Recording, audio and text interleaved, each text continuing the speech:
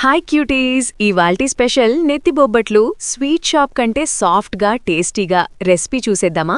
బౌల్లో కావాల్సినంత మైదాపిండి వేసుకోవాలి, కొంచెం బొంబాయి రవ్వ, కొంచెం పసుపు వేసుకుని వాటర్ని స్లోగా వేసుకుంటూ పిండిని బాగా కలుపుకోవాలి. బాగా మసాజ్ చేసుకుని లాస్ట్లో ఇలా ఆయిల్ వేసుకుని ఒకసారి కలుపుకుని పక్కన పెట్టుకోవాలి. కడిగి పెట్టుకున్న పచ్చిశనగపప్పులోకి వాటర్ వేసుకుని 3 to 4 విజిల్స్ రాపించాలి.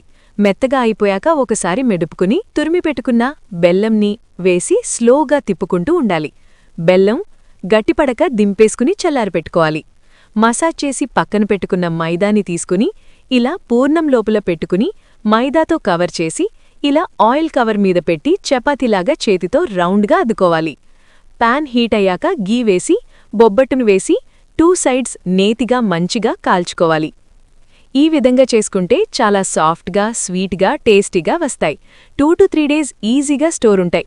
ఫ్రిడ్జ్లో పెడితే ఇంకా బాగా స్టోరుంటాయి, కానీ గట్టిగా అయిపోతాయి. త్వరగా తినేస్తేనే బెటర్గా ఉంటుంది. వీడియో నచ్చితే లైక్, సబ్స్క్రైబ్ చేసుకోవచ్చుగా.